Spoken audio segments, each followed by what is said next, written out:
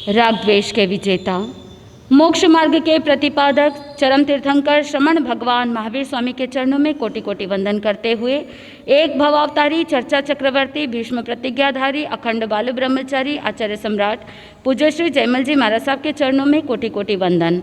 जय गच्छाधिपति, व्याख्यान वाचस्पति, उग्र विहारी, वचन सिद्ध साधक, 12वें पटधर आचार्य प्रवर श्री पार्श्वचंद्र जी महाराज साहब, मेरे अनंत आस्था के आयाम मम जीवन उद्धारक परम पूज्य गुरुदेव डॉक्टर श्री पदम चंद्र जी महाराज साहब के चरणों में कोटि कोटि वंदन करते हुए सभी गुरु भगवंत उनके चरणों में वंदन करते हैं। गुरुदेव श्री की आज्ञा से आत्मबंधुओं, अनंत अनंत ज्ञानी, सर्वज्ञ सर्वदर्शी तीर्थंकर प्रभु महावीर स्वामी जिन्होंने बताया कि संसार के अंदर जो 2 प्रकार के जीव है, वो 2 प्रकार के जीव, जो एक है भोग की इच्छा करने वाले जीव जिन्हें कहते हैं बुभुक्षु, और जो मोक्ष की इच्छा रखने वाले जीव होते हैं उन्हें कहा मुमुक्षु। 2 प्रकार के जीव, जो बुभुक्षु होते हैं वो भोग की कामना करते हैं, भोग की इच्छा करते हैं और उनके मन के अंदर सांसारिक भोगों की इच्छा रहती है, सांसारिक कामनाएं रहती है, और वो सांसारिक कामनाएं जिनका कोई अंत नहीं, वो तृष्णा के समान असीम और अनंत होते हैं। ऐसे प्रकार के जीव बुभुक्षु कहलाते हैं। दूसरे प्रकार के जीव होते हैं जो मोक्ष की अभिलाषा करते हैं, मन के अंदर रहता है कि मैं कर्मों से मुक्त रहूं, आत्मा को उज्जवल बनाऊं, आत्मा को कर्मों से रहित कर दूं, आत्मा को कर्म मल से दूर कर दूं। ऐसी अभिलाषा रखने वाले जीव मोक्ष के इच्छुक मुमुक्षु कहलाते हैं। आत्मबंधुओं, संसार के अंदर यही 2 प्रकार के जीव होते हैं, जहाँ पर एक को तो आत्मा को परमात्मा बनाने की इच्छा होती है और दूसरे को संसार के अंदर डूबे रहने की लालसा रहती है। तो चिंतन करना ये है कि हमें बुभुक्षु बनना है या मुमुक्षु बनना है। जो भवी जीव होता है वो हमेशा चाहता है कि मैं एक दिन मुमुक्षु बनूं, एक दिन मोक्ष के इच्छुक बन करके ऐसा पुरुषार्थ करूं कि मोक्ष की मंजिल प्राप्त हो जाए। लेकिन इस जीव की भूख कभी शांत होती ही नहीं, और जब तक भूख शांत नहीं होती तब तक मोक्ष का अभिलाषी कैसे बनेगा, वो साधक मुमुक्षु कैसे बनेगा। ज्ञानी जन कहते हैं भू और ख। भू का मतलब होता है भूमि, भू का मतलब होता है जमीन, और ख का मतलब होता है आकाश। जो जमीन पर रहते हुए जिन्हें आसमान दिखाई दे उसे क्या कहते हैं? भूख कहते हैं। यानी इस जन्म में रहते हुए देवगति के सुखों की, देवगति के कामना रखता है और देवगति का इच्छुक होता है, उसे क्या कहा?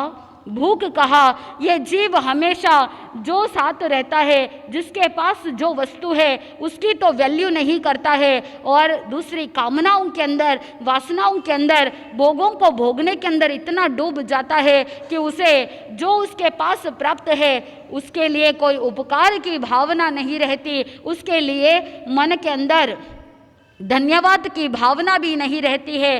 तो वो कैसे शांत हो सकता है? आत्मबंधुओं, जब आप प्रतिक्रमण करते हो, प्रतिक्रमण के अंदर छोटी संलेखना कहते हैं, संलेखना संतारक के 5 अतिचार बताए गए, जिसमें आप कहते हो इहलोगा समसपोगे, परलोगा समसपोगे, जीव्या समसपोगे, मरना समसपोगे, काम भोगा समसपोगे। आप मन के अंदर चिंतन करते हो कि मैं अपने जीवन के अंदर अंतिम काल में जब साधना का शिखर चढ़ूं, उस समय न यह लोगा समसपोगे का मतलब क्या है कि ना मैं इस लोक की कामना करूं और ना ही परलोक की कामना करूं, और साथ में ये भी कहा कि मैं जीवित रहने के लिए इच्छुक भी ना हूं और मरने के लिए लालायित भी ना हूं। तो जिस समय अंतिम समय हो तो मन के अंदर ऐसी भावना कि ना मैं इहलोक की इच्छा करूं, ना परलोक की इच्छा करूं, और ना ही जीने के लिए बहुत ज़्यादा अधीर बनूं, और ना ही शरीर के अंदर इतनी वेदना है तो मैं जल्दी से जल्दी मर जाऊं, ऐसी भी कोई इच्छा नहीं रखूं। और साथ में ये भी कहा काम भोगा समसपोगे, यानी कहने का आशय ये है कि हर एक साधक को मन के अंदर यही चिंतन करना कि जीवन के अंतिम पड़ाव में भी काम भोग की लालसा नहीं रखनी चाहिए। ये 5 अतिचार दोष बता दिए। अगर ये 5 अतिचार दोष लग जाते हैं तो जो जीवन की अंतिम साधना है सल्लेखना संतारा, उसमें भी क्या हो जाता है, दोष लग जाता है। शालीभद्र जी धन्ना जी के साथ संयम अंगीकार करते हैं और जब धन्ना जी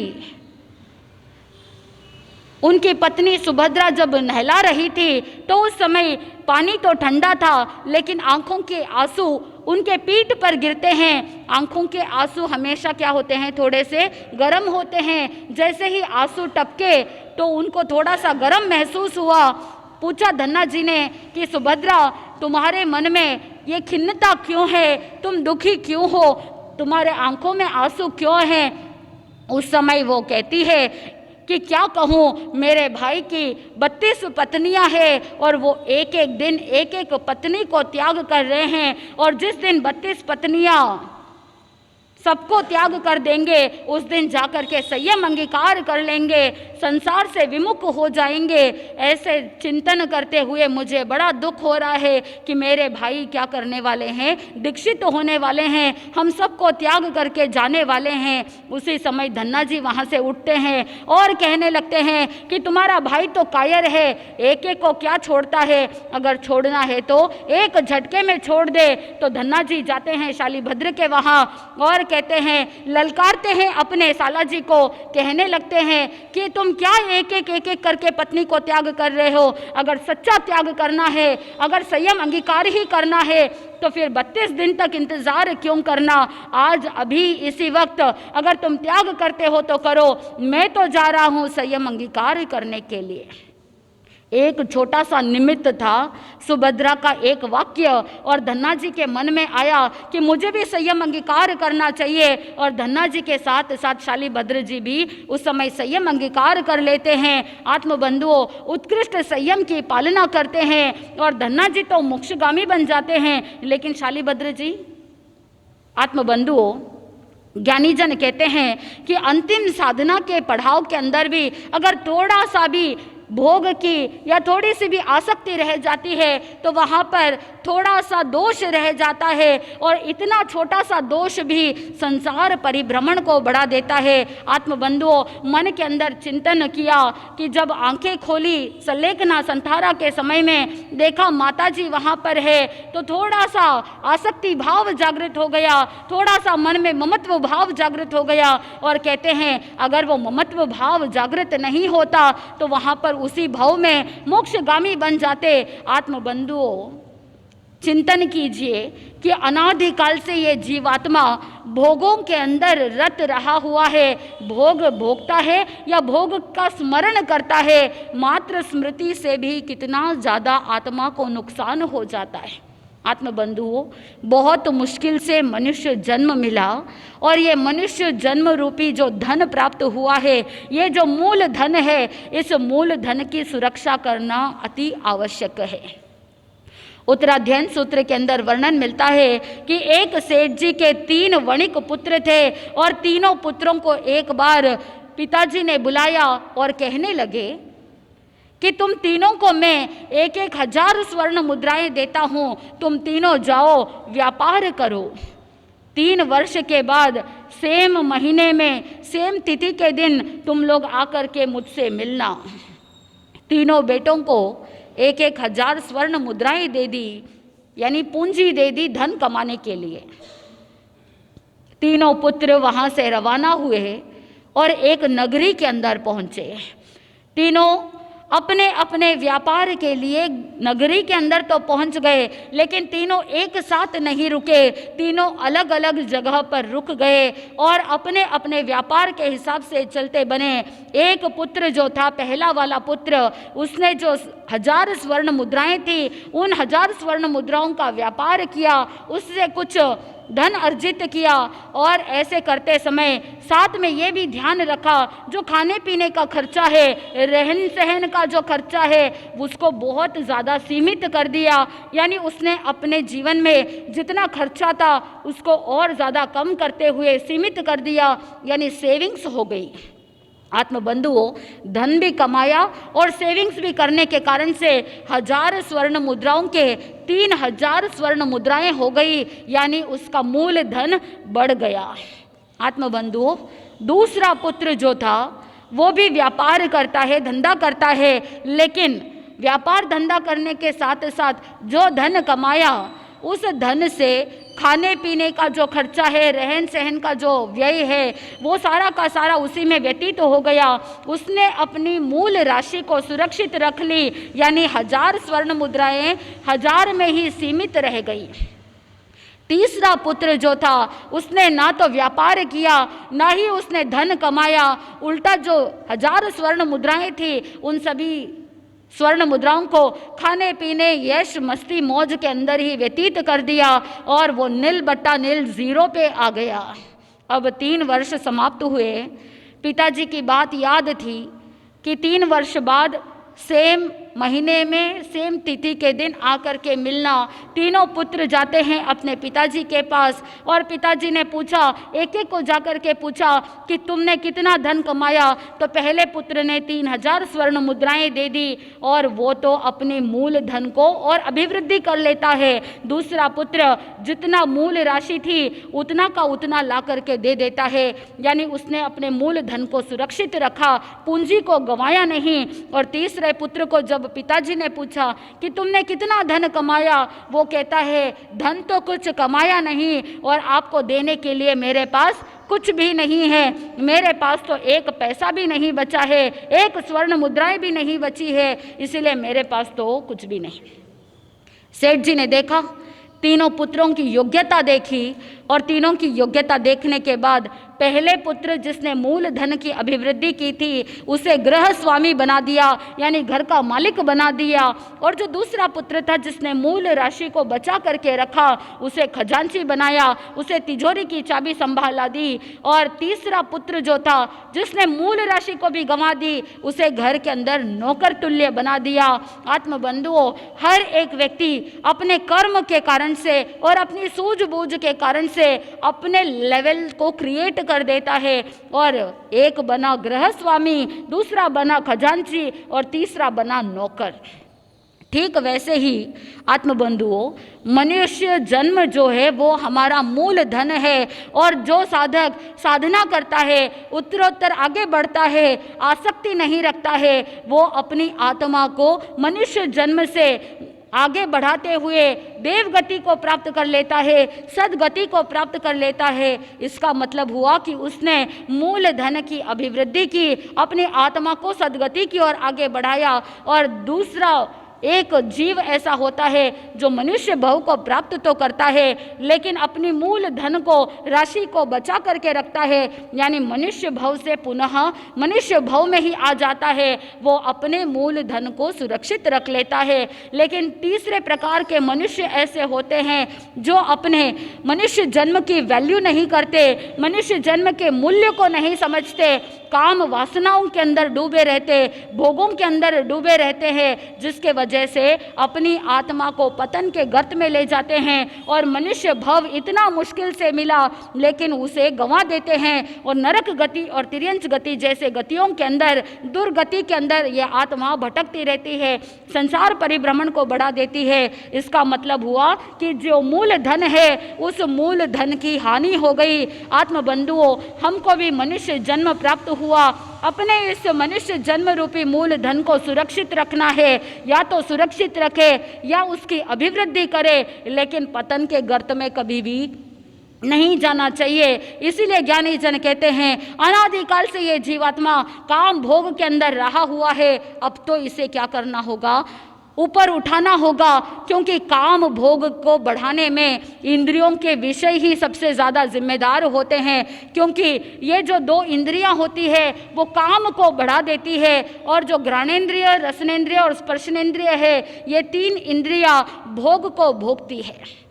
भगवती सूत्र के अंदर उल्लेख मिलता है कि जो कामना करने के लिए जो इंद्रियां होती है वो है श्रोतेंद्रिय और चक्षुरेंद्रिय, यानी शब्द को सुन करके, रूप को देख करके ये जीव काम वासनाओं के अंदर लालायित हो जाता है। सबसे बड़ा चैलेंज मनुष्य के लिए क्या होता है, मनुष्य किसी का रूप देख करके ये व्यक्ति अपने आप को फंसा लेता है, और क्योंकि ये चक्षुर इंद्रिय बहुत बड़ा बलवान होता है, रूप देख करके व्यक्ति पिघल जाता है और काम वासनाओं के अंदर डूब जाता है। इसीलिए ज्ञानी जन कहते हैं कामी इंद्रियों को कंट्रोल में रखने से भोगी इंद्रिय भी शांत रहती है, क्योंकि शब्द को सुन करके व्यक्ति लालायित हो जाता है, रूप देख करके व्यक्ति अपने आप को खो देता है, अपना आपा खो देता है, और जब आपा खो देता है तो उसके बाद हाथ में कुछ बचता ही नहीं है, और घ्राणेन्द्रिय से गंध को सूंघ करके वो व्यक्ति कामांध बन जाता है।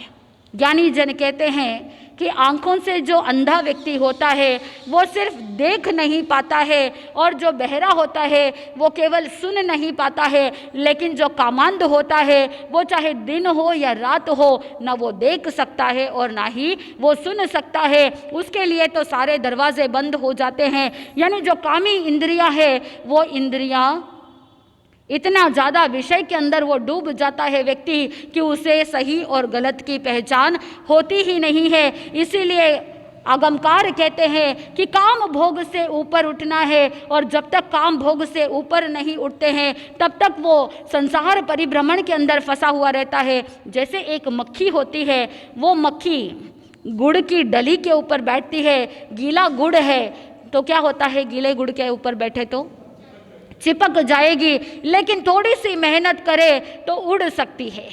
लेकिन दूसरी एक और मक्खी होती है जो शक्कर के बूरे के ऊपर बैठती है, तो शक्कर के बूरे पर बैठने के बाद उस शक्कर के बूरे का स्वाद भी ले लेती है, और उसके बाद जब उड़ना है उड़ करके चली भी जाती है। और कुछ ऐसी मक्खी होती है जो श्लेष्म के ऊपर गंदगी के ऊपर बैठ जाती है, और उस समय अगर उड़ना है तो वो उड़ नहीं सकती, वो उसी के अंदर धंस जाती है, फंस जाती है। ठीक वैसे ही जो काम भोग के अंदर रत रहता है वो उस मक्खी के जैसा है जो श्लेष्म के अंदर गंदगी के अंदर बैठता है, जो निकलना चाहे तो निकल नहीं सकता है।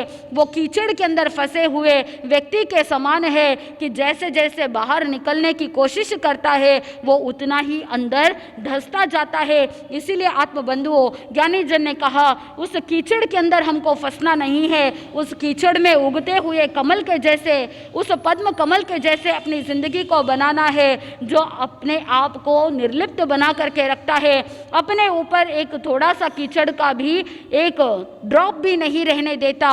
ऐसा व्यक्ति ही आगे चल करके अपनी आत्मा का कल्याण कर लेता है। आत्मबंधुओं, उत्तराध्ययन सूत्र के अंदर बहुत विस्तार से इसका अध्ययन बताया गया है, और ज्ञानी जन कहते हैं कि मनुष्य जन्म के अंदर मनुष्य के जो काम भोग होते हैं वो एक जल बिंदु के समान है, यानी ड्यू ड्रॉप के जैसा है। एक पानी का बूंद कितना होता है उतना ही मनुष्य का सुख होता है। सभी मनुष्यों में श्रेष्ठ कौन? चक्रवर्ती। जितने भी नर होते हैं उन सभी नरों से, उन सभी मनुष्यों में सबसे श्रेष्ठ अगर कोई मनुष्य है तो वो चक्रवर्ती कहलाता है, क्योंकि इसीलिए उसे नरदेव कहा।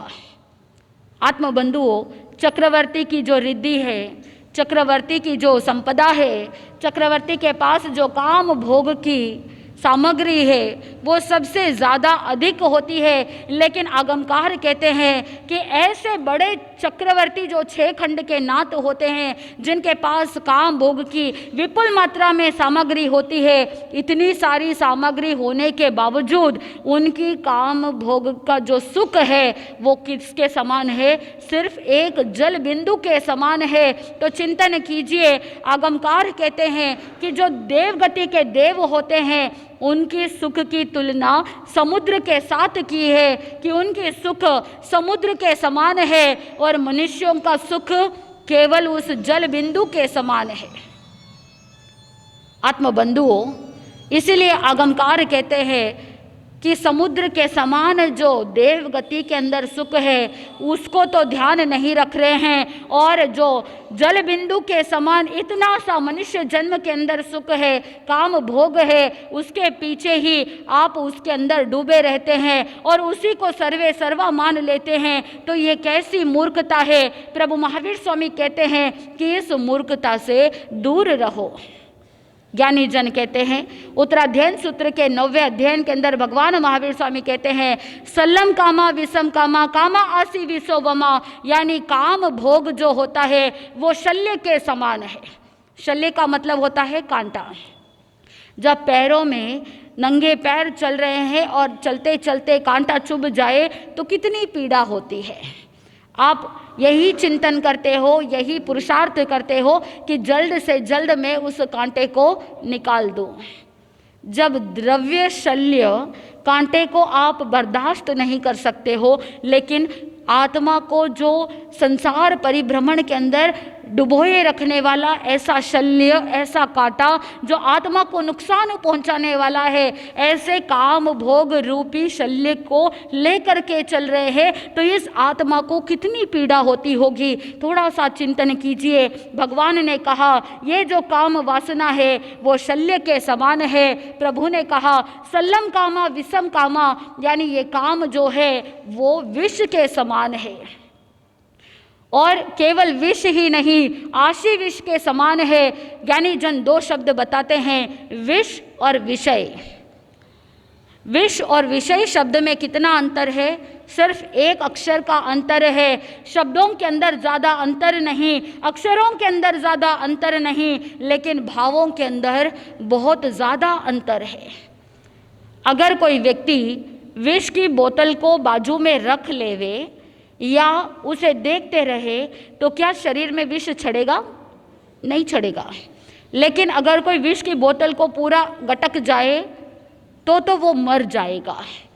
केवल पास रखने से या देखने से उसे कोई नुकसान नहीं पहुंचने वाला है। मात्र अगर वो ले लेवे, भीतर उतार लेवे तो उसकी मृत्यु अवश्य है। लेकिन विषय जो है, जो इंद्रियों के विषय है, इंद्रियों के जो इच्छाएं हैं, राग द्वेष आसक्ति की जो भावनाएं हैं, कामनाएं हैं, वासनाएं हैं, ये केवल स्मरण मात्र से ही भव का नाश करने वाली है। इसीलिए आत्मबंधुओं, विष एक भव का नुकसान करती है, लेकिन विषय भव का नुकसान कर देती है। इसीलिए ज्ञानी जन कहते हैं सभी प्रकार के अनर्थों का जो मूल है वो भोग है, काम है। एक नगरी के अंदर एक राजा और प्रजा का बहुत अच्छे से ध्यान रख रहे थे। राजा बहुत बुद्धिमान था और अनेक बहुत बार राज्यसभा के अंदर प्रश्न करते, और उस राजा के दरबार के अंदर एक राज पुरोहित थे। वेद, वेदांग, उपनिषद आदि अनेक ज्ञान के ज्ञाता थे। जब भी राजा कोई प्रश्न पूछते तो राज पुरोहित बहुत अच्छे से उत्तर भी दे देते और वेद, उपनिषद, वेदांग के माध्यम से अनेक रेफरेंस भी बता देते। एक बार राजा ने प्रश्न किया, अनर्थ का मूल क्या है? किसी ने कुछ उत्तर दिया, किसी ने कुछ उत्तर दिया, किसी ने कुछ उत्तर दिया, लेकिन राजा को संतुष्टि नहीं हुई। आखिर में राज पुरोहित के पास दृष्टि दौड़ाई, और दृष्टि दौड़ाने के बाद राज पुरोहित भी विचार करने लगे, ये तो कह नहीं सकते कि उत्तर नहीं मालूम।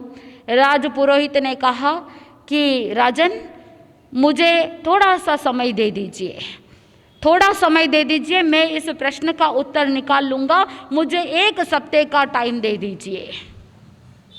अब राज दरबार से वो राजपुरोहित घर आया और राजा के आज्ञा का पालन करना है, उत्तर ढूंढना है, तो वेद निकाले, वेद उपनिषद सब अध्ययन करना चालू किया। एक पन्ना पलटते गए, लेकिन कहीं भी उसे ये नहीं मिला कि अनर्थ का मूल क्या है। कैसे समझ में ही नहीं आ रहा था कि मूल क्या है, इस प्रश्न का उत्तर क्या हो सकता है, कुछ पता ही नहीं चल रहा था। पिताजी को परेशान देखा। उनकी एक जवान बेटी थी।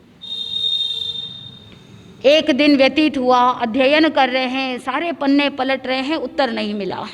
दूसरा दिन ऐसे ही व्यतीत हुआ, तीसरा दिन, चौथा दिन, ऐसे करते करते 6 दिन व्यतीत हो गए, मात्र एक दिन बचा। अब राज पुरोहित के मन में डर बैठ गया कि अगर मैं उत्तर नहीं दूंगा राजा नाराज हो जाएंगे, राजा को अगर गुस्सा आ जाएगा तो दंड दे देंगे, मेरी जवान बेटी का क्या होगा, उसका ध्यान कौन रखेगा, मेरी इकलौती बेटी है, उसका ध्यान रखने वाले कोई नहीं, पीछे परिवार में कोई सदस्य नहीं, तो मेरी बेटी का क्या होगा, अगर राजा गुस्सा होकर के मृत्युदंड दे देंगे तो मैं क्या करूँगा। ऐसी ही चिंता में डूबा हुआ निराश हताश होकर के बैठा था और बेटी को समझ में नहीं आ रहा था कि क्या हो रहा है। आखिर में चुप्पी तोड़ी और पूछा, पिताजी क्या समस्या है, आप इतने सारे पन्ने पलट रहे हो, आप इतना सारा अध्ययन कर रहे हो, आखिर ढूंढ क्या रहे हो। पिताजी भी अब हार चुके थे, उत्तर तो मिल नहीं रहा था, इसीलिए अपनी बेटी को कहते हैं कि राजा ने एक प्रश्न पूछा है और उसी प्रश्न का उत्तर ढूंढ रहा हूँ। पुत्री भी होशियार थी, उसने कहा कि पिताजी अगर आपको कोई ऐतराज नहीं है तो फिर आप मुझे प्रश्न बता सकते हो। तो अब हाथ में कोई बाजी थी नहीं, तो पिताजी ने प्रश्न कह दिया। कहने लगे, राजा ने एक प्रश्न किया है, प्रश्न सुनने में भी बहुत सरल है और सोचने के लिए भी सरल है, लेकिन उत्तर जितना हम सरल सोचो उतना सरल नहीं है। इसीलिए मैं द्वंद्व में पड़ गया हूँ, मैं विचार कर रहा हूँ, सोच रहा हूँ क्या करूँ। बेटी कहती है, पिताजी प्रश्न तो बोलिए। तो उस समय वो राजपुरोहित पिताजी कहते हैं, राजा ने प्रश्न किया है, अनर्थ का मूल क्या है, और साथ में ये भी बताना है कि वो कब होता है, कैसे होता है। आत्मबंधुओं, उसकी पूरी जानकारी लेनी है, मुझे समझ में ही नहीं आ रहा है कि क्या उत्तर है। बेटी हल्की सी मुस्कान, इतना सरल प्रश्न, इसका उत्तर तो मैं भी जानती हूँ। राजपुरोहित सोचने लगा, मैं वेद वेदांग उपनिषद का बहुत बड़ा धुरंधर पंडित, मुझे उत्तर नहीं मालूम, लेकिन मेरी बेटी को उत्तर मालूम है। राजपुरोहित भी जिज्ञासु थे, कहा कि इसका उत्तर क्या है। वो कहती है कि मैं ऐसे नहीं बताऊंगी, समय आने पर बताऊंगी। राजपुरोहित कहता है कि कल राज दरबार में जाकर के उत्तर देना है, और तू कहती है कि अभी उत्तर नहीं दूंगी, बाद में दूंगी, समय आने पर दूंगी। तो उस समय वो बेटी कहती है कि पिताजी आप चिंता मत कीजिए, कल सुबह प्रातःकाल दरबार में जाने से पहले आपको उत्तर तैयार मिलेगा। पिताजी भी सोचने लगे कि कोई बात नहीं, अपनी बेटी पर पूरा विश्वास था, विचार कर रहे थे कि मेरी बेटी मुझे धोखा नहीं देगी और मुझे उत्तर दे देगी। इधर बेटी ने सोचा, डायरेक्ट उत्तर दे दूंगी तो पिताजी को विश्वास नहीं होगा, इसलिए प्रैक्टिकली उत्तर देना पड़ेगा। सायंकालीन भोजन से पहले जब वो बेटी भोजन को तैयार कर रही थी तो भोजन के अंदर कुछ ऐसे मादक पदार्थ उसने डाल दिए जिसके कारण से व्यक्ति बेभान हो जाता है, उसे सही और गलत की पहचान नहीं हो सकती है। थोड़े से कुछ नशीली पदार्थ उस भोजन के अंदर डाल दिया। सायंकालीन भोजन पिताजी ने कर लिया और उसके बाद उस पुत्री को पता था कि इसका नशा कब होने वाला है, कितनी देर में इसका असर दिखने वाला है, और जैसे ही ये समस्या प्रारंभ होने वाली है, ये सिचुएशन क्रिएट होने वाली है, उससे पहले ही उसने क्या किया। बेटी बहुत होशियार थी, बुद्धिमान थी, अपनी शील की रक्षा करना जानती थी, इसीलिए वो अपने आप को एक कमरे में बंद कर लेती है, वो बाहर बिल्कुल भी नहीं आती। अब वो पिताजी भोजन करने के बाद, शयन करने से पहले, और जो भोजन उसने किया था उसका असर दिखना प्रारंभ हो गया और वो काम की याचना करने लगे, स्वयं की पुत्री से ही काम की याचना करने लगे। खुद का कंट्रोल खुद के हाथ में नहीं था, वो बार बार याचना करने लगे। लेकिन पुत्री बहुत होशियार थी, उसने मन के अंदर सोचा मुझे तो स्ट्रांग रहना है, मुझे तो अपने पिताजी को प्रैक्टिकली प्रश्न का उत्तर देना था और कोई औचित्य नहीं। और इसीलिए उसने अपने कमरे के अंदर रह करके अपने आप को संभाव के अंदर रखते हुए उसने अपने पिताजी को अंदर से ही कहा, पिताजी आपको आपके प्रश्न का उत्तर मिल जाएगा, थोड़ा सा धैर्य रखें और रात्रि को जाने दीजिए। पिताजी ने खूब याचना की। कहते हैं कि जब काम वासनाएं जागृत हो जाती है तो व्यक्ति अंधा हो जाता है, कामांध बन जाता है, सही और गलत की पहचान होती नहीं। वो पिताजी जो हमेशा धर्म न्याय नीति की शिक्षा देने वाले, लेकिन उस पदार्थ का प्रभाव देखिए कि वहाँ पर वो बेबान हो जाते हैं। इसीलिए ज्ञानी जन कहते हैं कि द्रव्य क्षेत्र काल भाव के निमित्त से भी कर्म उदय के अंदर आ सकते हैं। अब वो द्रव्य था, उस भोजन के अंदर जो पदार्थ डाला हुआ था, उस भोजन के निमित्त से भाव बदल गए। अपनी ही पुत्री के साथ काम भोग करने की इच्छा प्रकट हो गई और उसी इच्छा के कारण से वो अपने बेटी से याचना कर रहे हैं। और याचना करते करते आखिर में जब शरीर के अंदर ताकत और बचती नहीं और वहीं पर वो गिर जाते हैं और वहीं पर निद्रा अवस्था में पहुंच जाते हैं। ऐसी अधेड़ अवस्था के अंदर ऐसे लेटे हुए जब सूर्य उदय हुआ, उस मादक पदार्थ का असर खत्म हुआ। उस समय आंखें खुली, सूर्य की किरणें जब पड़ी, देखा मैं यहाँ कहाँ पड़ा हूँ, मैं कैसे लेटा हूँ। और जब उसने अपने आप को याद करने की कोशिश की कि कल रात को क्या हुआ था, धीरे धीरे प्रयास करने पर थोड़ा थोड़ा याद आ रहा था। लेकिन जब बेटी को पता चला कि अब माहौल बराबर है, अब सब कुछ शांत है, तो वो घर के अंदर जाती है, किचन के अंदर, रसोई के अंदर जा कर के पिताजी के लिए कोई पेय पदार्थ लेकर के आती है। अपने पिताजी को पीने के लिए पानी दिया और जो खाने के लिए भोजन दिया। और उसके बाद जब पिताजी होश में आते हैं, बराबर नॉर्मल हो जाते हैं, कहा पिताजी को, पिताजी क्या आपको प्रश्न का उत्तर मिला? आप तैयार होकर के राज्यसभा में जाइए और राजा को प्रश्न का उत्तर दे दीजिए। पिताजी थोड़ा समझे नहीं। पुत्री को कहा कि तू कहना क्या चाहती है, बताओ मेरे प्रश्न का उत्तर कहाँ है। तो उस समय वो पुत्री कहती है कि पिताजी आपको याद आ जाना चाहिए कल रात्रि के समय में क्या हुआ था। सबसे पहले तो मुझे माफ़ कर दीजिए, आपके बिना जानकारी मैंने भोजन के अंदर कुछ ऐसी नशीली पदार्थ मैंने मिला दिया था, मादक पदार्थ मिला दिया था, जिसकी वजह से आप बेभान हो गए। उस समय जैसे जैसे याद दिलाया, सारी बात पिताजी को याद आ गई। और उस समय वो बेटी कहती है, क्या पिताजी आपको मेरी बात समझ में आई या नहीं आई? अनर्थ का मूल क्या है? भगवान महावीर स्वामी कहते हैं कि अनर्थ का मूल तो काम भोग है। ये साधक को च्युत कर देता है, साधना से विक्षिप्त कर देता है। इसीलिए ज्ञानी जन कहते हैं कि काम भोग से ऊपर उठना है, क्योंकि काम भोग जो होता है वो किम्पाक फल के समान होता है। किम्पाक एक ऐसा फल है जो दिखने के अंदर बहुत सुंदर है। उस फ्रूट को, उस फल को देखते ही व्यक्ति बहुत खाने का मन करता है, व्यक्ति बहुत लालायित हो जाता है। दिखने के अंदर वो फल बहुत सुंदर है और सुगंध भी बहुत अच्छी आती है और खाने में भी बहुत मधुर है और स्वादिष्ट है, स्वीट और टेस्टी है। इतना अच्छा फल है, लेकिन किम्पाक फल का जो खाता है व्यक्ति, उसके परिणाम बहुत घातक है। क्योंकि किम्पाक फल दिखने में सुंदर है, सुगंध बहुत अच्छी आती है और स्वाद भी बहुत अच्छा है, मधुर है, स्वादिष्ट है, लेकिन जो व्यक्ति खाता है उसके पूरे शरीर में जहर फैल जाता है। इसीलिए आत्मबंधुओं, काम भोग भी उस किम्पाक फल के समान है। बाहर से दिखने में तो अच्छा लगता है और स्वाद जैसे लगता है, लेकिन वो आत्मा को नुकसान पहुंचाता है, आत्मा को भव भव में भ्रमित कर देता है और भव भ्रमण बढ़ा देता है। आत्मबंधुओं, इसीलिए ज्ञानी जन कहते हैं कि जो मुमुक्षु होता है, मोक्ष का अभिलाषी होता है, वो इन काम वासना उनसे ऊपर उठे। कामना और वासना ही जीव को दुखदायी बना देता है।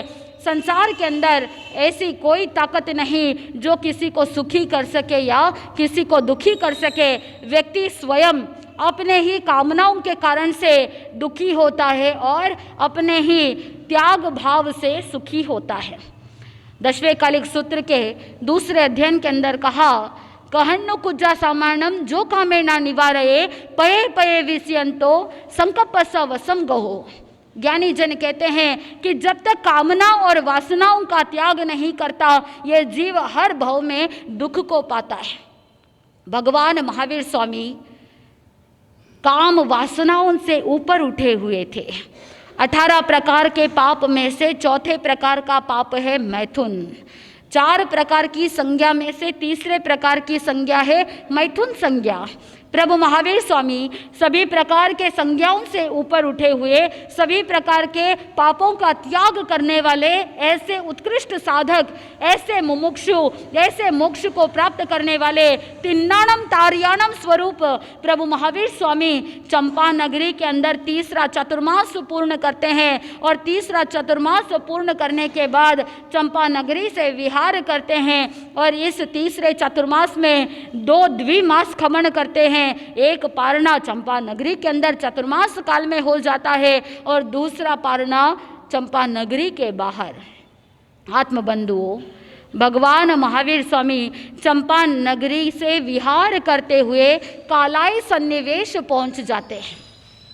आत्मबंधुओं, कालाई सन्निवेश के अंदर वहाँ एक खंडहर जगह थी और ऐसे खंडहर में कोई लोग जाते आते नहीं। ऐसे खंडहर भूमि के अंदर कोई जन नहीं होते।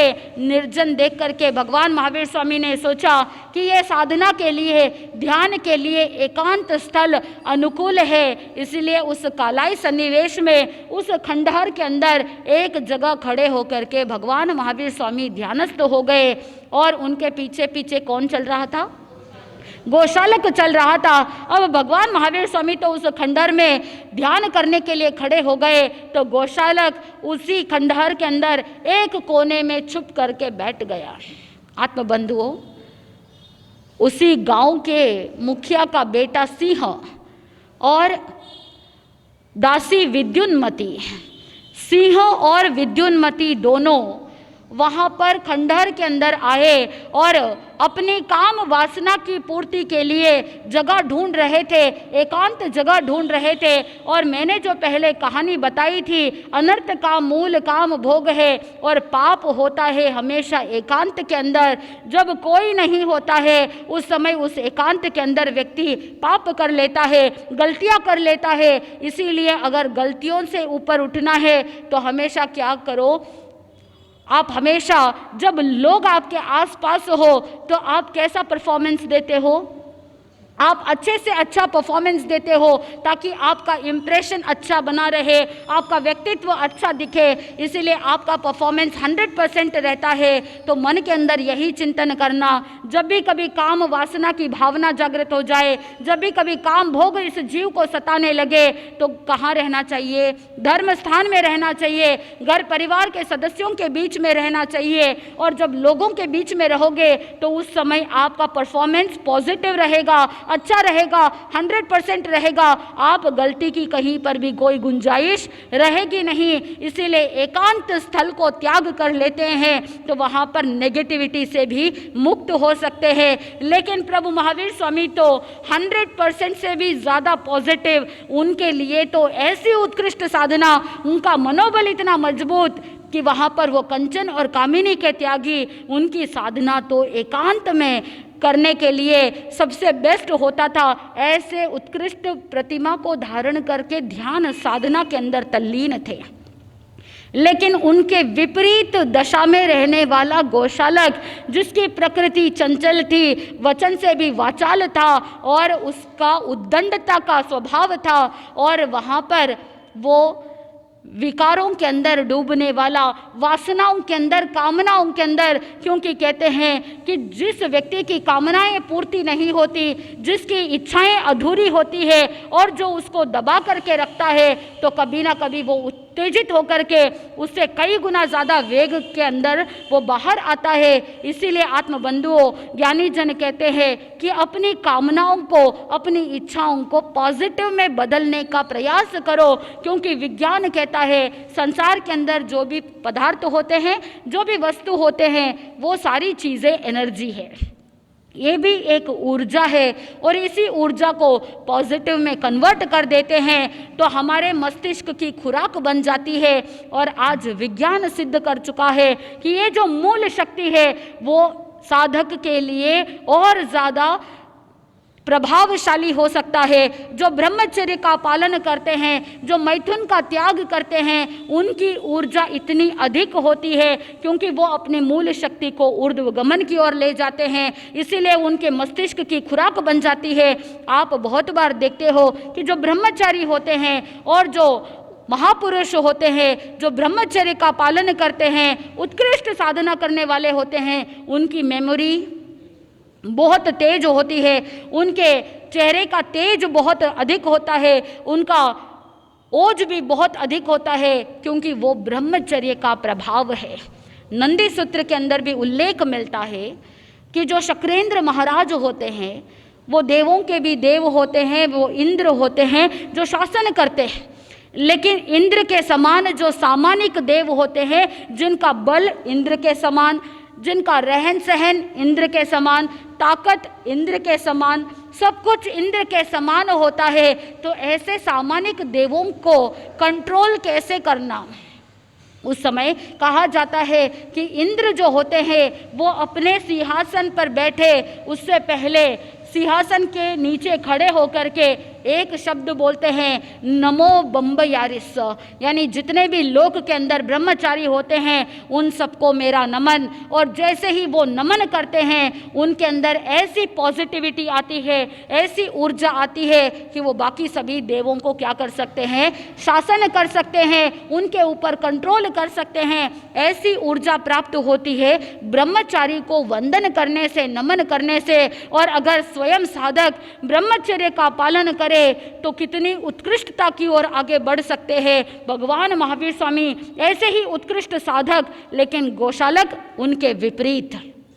उस खंडहर के अंदर वो सिंह और विद्युन्मती दोनों आते हैं, 2-3 बार आवाज लगाते हैं। भगवान महावीर स्वामी तो ध्यानस्थ खड़े थे, किसी का उत्तर नहीं मिला, तो दोनों ने सोचा कि यहाँ पर कोई लोग नहीं, निर्जन जगह सोच करके अपनी काम वासना की पूर्ति करते हैं। और वापस जब लौट रहे होते हैं तो वहाँ पीछे छुपे हुए बैठे गोशालक, उस गोशालक ने विद्युन्मती का हाथ पकड़ा और छेड़ने की कोशिश की।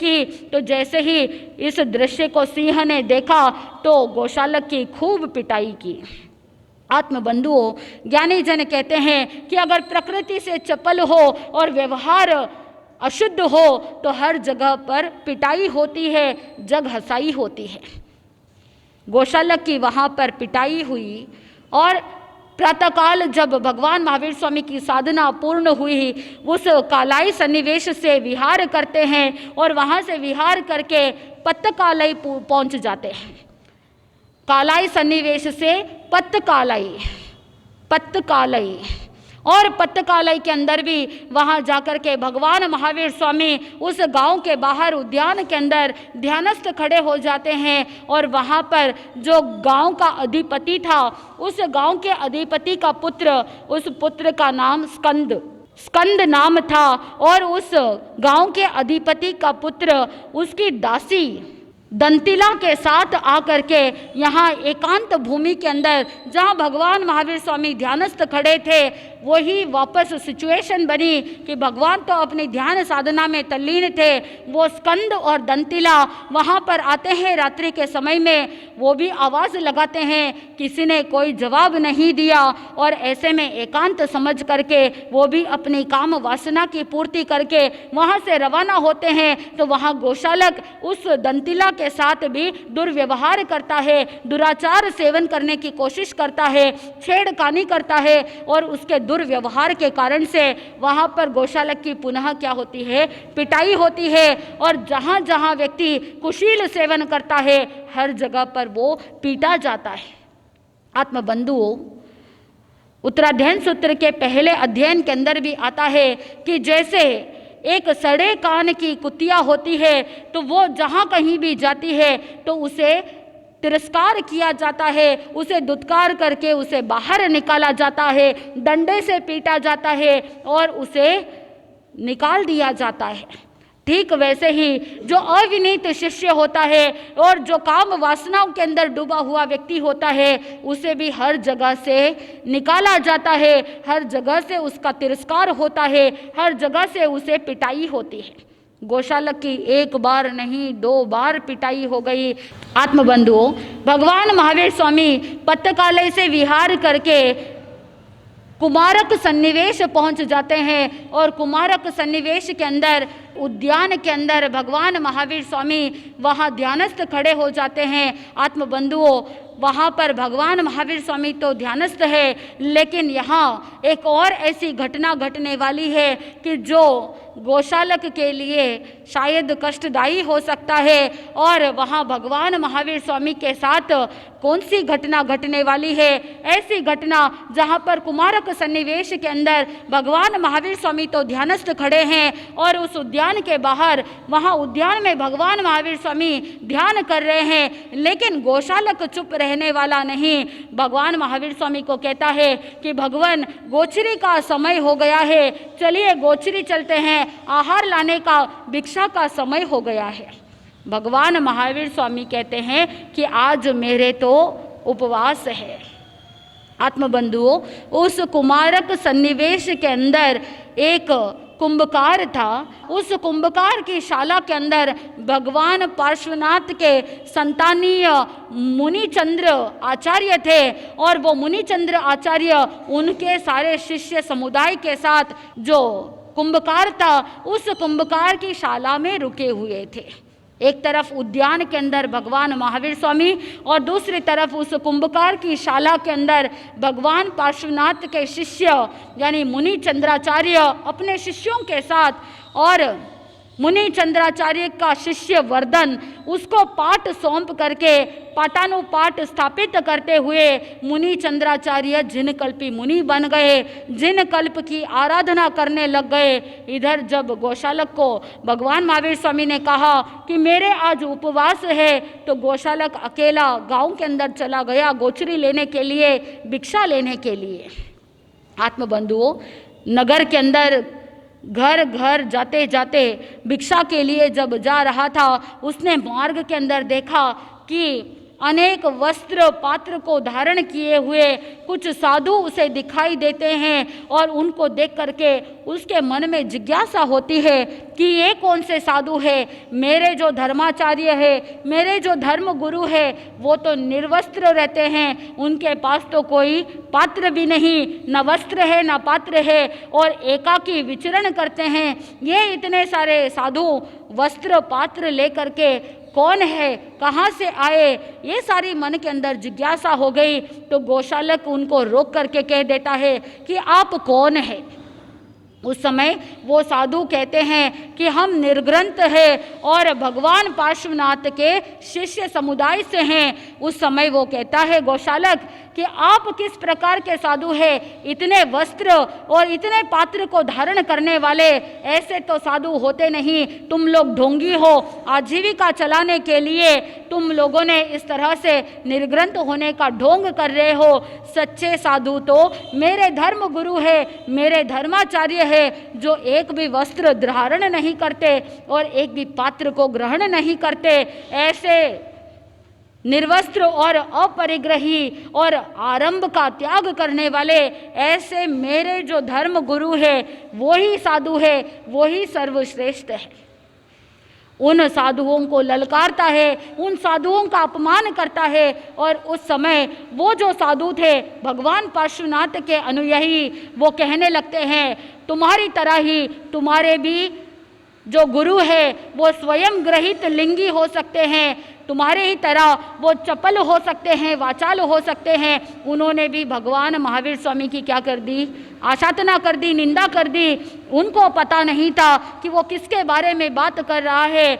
इसीलिए गोशालक उस समय गुस्से में आ जाता है और गुस्से में आकर के कहने लगता है मेरे धर्म गुरु की तुम निंदा नहीं कर सकते हो, तुम्हारी इतनी हिम्मत, अगर मेरे धर्म गुरु का तप तेज हो तो तुम्हारा उपाश्रय क्या हो जाए, जल जाए।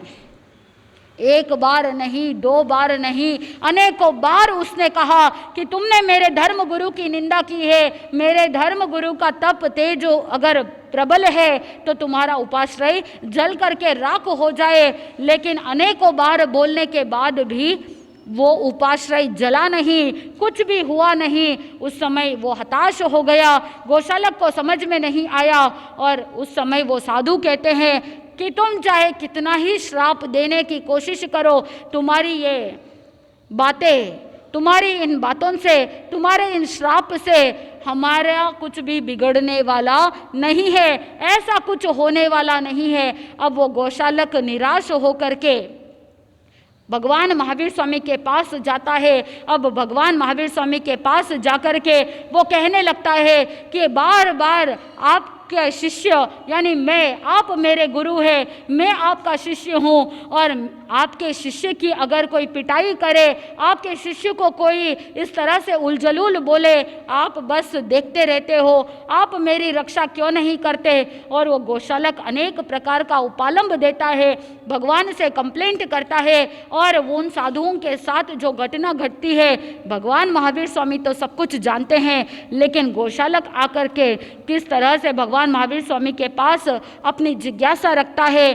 और वहाँ पर मुनि चंद्राचार्य का मोक्ष गमन कैसे होता है, और उन सभी साधुओं के लिए भगवान महावीर स्वामी क्या कहते हैं। और आगे भगवान महावीर स्वामी कुमारक सन्निवेश से विहार करके चौराक सन्निवेश जाते हैं। तो वहाँ चौराक सन्निवेश के अंदर चोरों की ज़्यादा बोलबाला होने के कारण से वो चोरों से मुक्त कैसे रहना, और कहीं भगवान महावीर स्वामी उस गांव के अंदर फंस तो नहीं जाएंगे, कहीं उनको दंड तो नहीं मिलेगा, आगे चौथा चातुर्मास कहाँ होने वाला है।